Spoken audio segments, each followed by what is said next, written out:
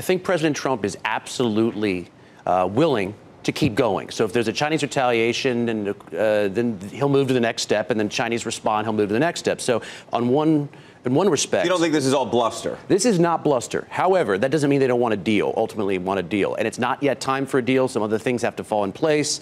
You probably want movement on NAFTA first. So there's a cadence to all of this. But we're actually quite bullish. I think that, this could happen. It could be bad, but it's not likely to be bad. And there's a very clear window for a deal this fall if they want it. By the way, I'm assuming the government is effectively writing these editorials. Is that right? The Chinese government, that absolutely. Is. So sure. They call up the papers and say, do you think they actually physically write these things themselves? They don't need to, because they've been trained in party thought so much that you know exactly what the party wants to say to start with. So this is a very easy thing for them to write. They take different sides of it. It's not all hardcore. But if the party wants to push back and show that they're ready to push back on anything Trump has, then that'll be very clearly real quick, conveyed. Just walk us through the permutations, because you suggested that Trump goes here, China goes here, Trump goes. But what does that look like in reality? Just straight numbers? What industries start to get touched that aren't yet? Well, I think so you have a $200 billion tranche that's coming in.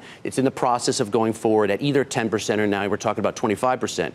And if the Chinese show that they're going to respond to that, then Trump threatens the next the next tranche of tariffs. And a lot of the move from 10 to 25% was to push back on the Chinese and say, look, you're not going to be able to devalue your way out of this. You're not going to be able to get around this. We're going to win because we have more ammunition than you. So that's setting the table for the negotiations where President Trump says, we have the leverage. Now come to the table and give us what we want. You said before that not ready to deal, and you mentioned NAFTA. What do you mean by that? You mean that there's like an actual bigger vision in place with the Trump administration? They want to get some of these other deals in place first and have even more firepower against China? Or did you? Yeah, I think that's exactly right. I think that what people miss here is there is a trade strategy. This isn't just shooting off the hip. The Trump White House views the trade deficit as the creature of two things. One, China, and the second, autos. So you go after autos. Part of that is fixing NAFTA, coming to an agreement with not just Mexico, but eventually Canada on a tripartite NAFTA. And then you can move into to dealing with China with some more leverage. The EU thing is sort of hanging out there. But one of the big baseball bats they might need is the threat of auto tariffs. And a lot of people think they've been taken off the table with this Trump-Juncker understanding. They've not. That was not dealt with in the statement.